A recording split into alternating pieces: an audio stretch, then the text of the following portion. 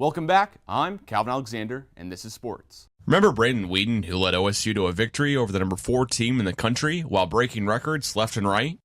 By the end of the Stanford game, Whedon had passed for 9,260 yards, 1,000 more than the previous record holder, OSU head coach Mike Gundy. After starting his college career as a true freshman in a road game against a top 10 Baylor team, Mason Rudolph has come a long way. Rudolph passed Mike Gundy in passing yards in his junior season. He started the season less than 600 yards away from the passing leader, Brandon Whedon. For the record, and he's got it. Chris Lacey with the catch, and Mason Rudolph has become Oklahoma State's all-time passing leader. Mason Rudolph has more passing yards in school history than Brandon Whedon after Friday night's game. Rudolph put his name at the top of the record books while throwing for 10 fewer interceptions than Whedon. Leading school in passing is one of the records Mason Rudolph holds, and with 10 or maybe 11 more games this season, Rudolph could set the bar at an unreachable height. He's in control of the offense. You know, I know to you guys it all looks the same, but there was 3 or 4 plays decisions he made out here that were really good decisions. In some of our read concepts where he has 3 things to do, they gave him a little bit of a unique look a few times, and he did the right thing every time and resulted in big plays. Gundy praises Rudolph for his senior leadership and his preparation, and for good reason.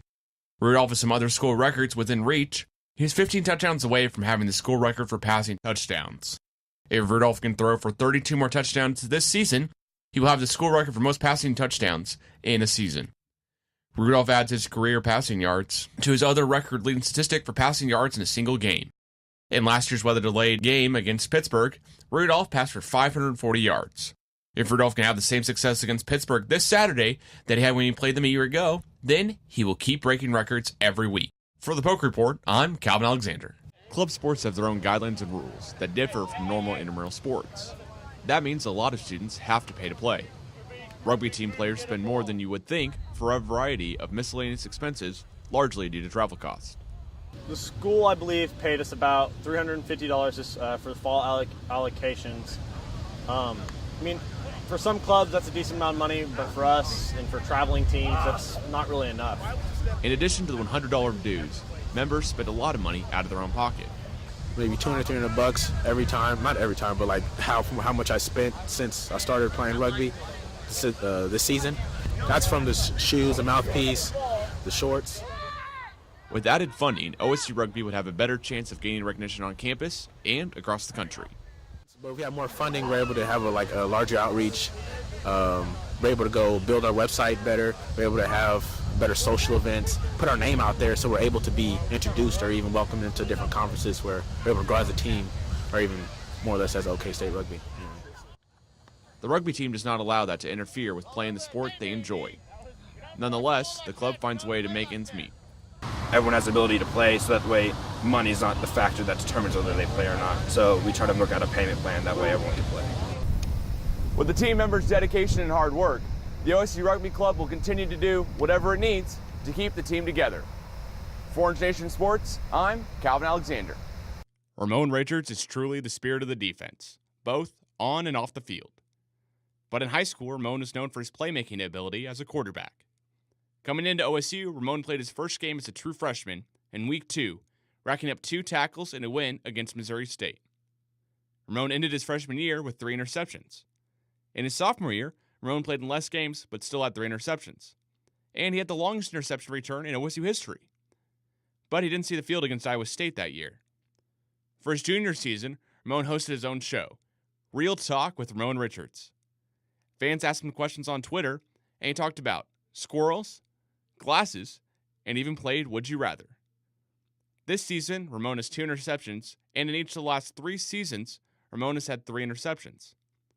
For the last 3 weeks, Ramon has been playing at a high level, making his presence on the field known with his knack for the ball. So first down from the 36. Intercepted by Richards. Ramon Richards on the return. Dueling turnover.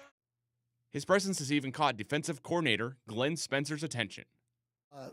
Last Saturday, they stepped to the challenge. They got targeted a lot, more than they've been targeted all year, and I think they competed well. But what does Ramon think of the defense's play over the past couple weeks, considering the game against Texas, where the defense held the Longhorns to just 13 points? It's all part of the game. They have athletes just as well as we do, so we understand that they are going to make some plays, but it's about how we respond that matters. In a defensive struggle against Texas, Ramon intercepted Sam Ellinger's pass to seal a win for the Cowboys.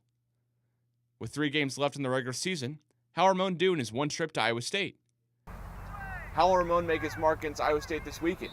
Will it be locking up senior receiver Alan Lazard, or will it be intercepting one of walk-on Kyle Kemp's passes? So far, every year, 3 things have held true: death, taxes, and 3 INTs for Ramon.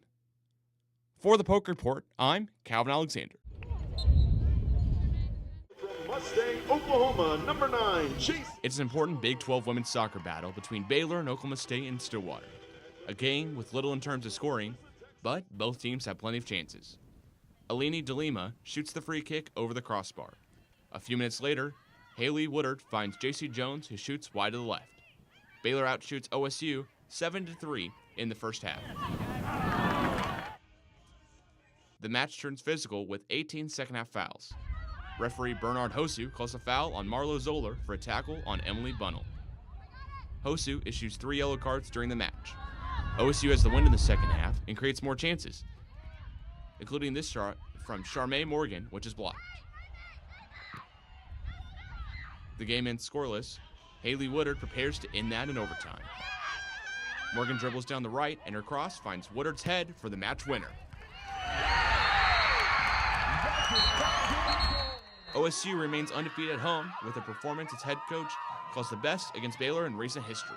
We can't just compete, we got to play, and we got to find a rhythm, and it's hard to do against Baylor with their athleticism, but our kids did a great job of getting it down when we could and trying to play our pattern.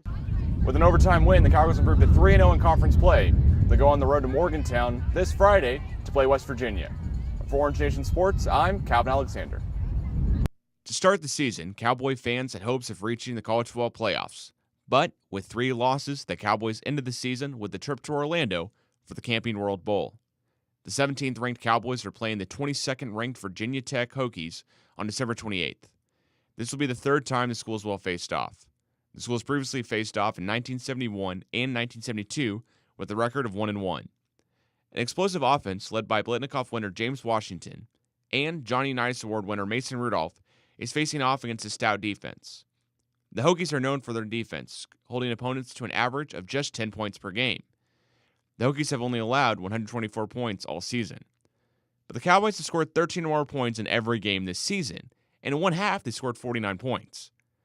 Both teams rely on different play styles to win games, but OSU quarterback Mason Rudolph is excited to play in Orlando. It'll be a fun week. It'll be a fun trip. Obviously, the weather will be nice and be a good trip to take with our brothers and this team. And looking forward to it. And obviously, going to take it very seriously. Make sure we get the most out of those practices once we get to the bowl site, and make sure we put a great plan together to execute and win. The Cowboys and Hokies have faced off against 2 of the same opponents this season. Both played at Pittsburgh and West Virginia. OSU and Virginia Tech both won, but in different ways. The Cowboys scored a lot to win, and the Hokies played tough defense to win. In the Pittsburgh game, OSU scored 59, whereas Virginia Tech scored 20.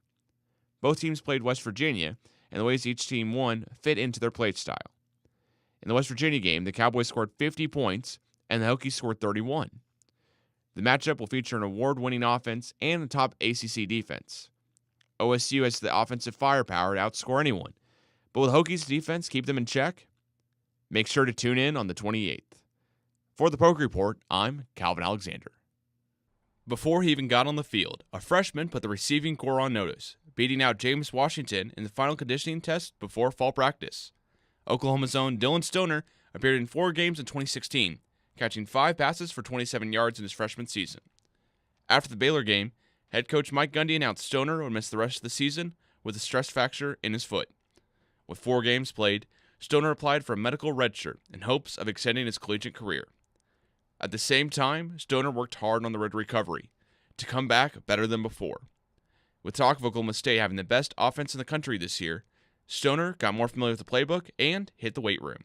Definitely turned out to be a blessing. I was able to spend another year developing my body and just getting comfortable with the playbook in a sense, so it definitely turned out to my advantage. Stoner has come back stronger than ever, using his feet and his hands to keep the early success rolling. Stoner's received high praise from his head coach with his offseason work. He shows up. I think he's probably at least 15 pounds heavier than he was last year, and he's obviously stronger. And at this time last year, he had some pain with his feet, and we've corrected those issues. Stoner returned to the field, catching his first pass less than 5 minutes into the start of the season. Tulsa brings 5. Rudolph on the speed out has a first down. That is Dylan Stoner, the redshirt freshman who redshirted last year with an injury, his first catch of the year. Then, in last Saturday's game against Pittsburgh, Stoner set career records in receptions in a game and yards in a game. Stoner had another career accomplishment on Saturday, scoring his first touchdown off a 53-yard pass for Mason Rudolph. If Stoner can keep up his play this season, instead of being known for his comeback from injury, he will be known for his highlights on the field. For the Poke Report, I'm Calvin Alexander. After the 5th straight win in Austin, Mike Gundy and the Cowboys will be looking to face the West Virginia Mountaineers this Saturday in Morgantown. Mike Gundy is ready and up for the challenge. Defense found a way to win the game for us, and is proud of our team. So we're moving forward from that. We'll have our hands full this weekend, just like we do every other weekend. This team is very capable of beating anybody in this league at any time. Probably the best passing quarterback that we will face up to this point, and hoping we can get a few guys healthy in a couple days and have some good practice, and looking forward to going out there and playing at noon on Saturday. West Virginia Mountaineers quarterback Will Greer has the most passing touchdowns in college football. It may come down to a shootout, but Zach Crabtree and the Oklahoma State offensive line are ready for the challenge. It's a unique environment. It's one of the toughest in the Big 12, I think, but it's a college football environment. It makes it fun. After a tough defensive matchup last week against Texas, the Cowboys may be an offensive matchup this Saturday against West Virginia in Morgantown at 11 a.m. For Orange Nation Sports, I'm Calvin Alexander. That's it for sports. We'll be right back.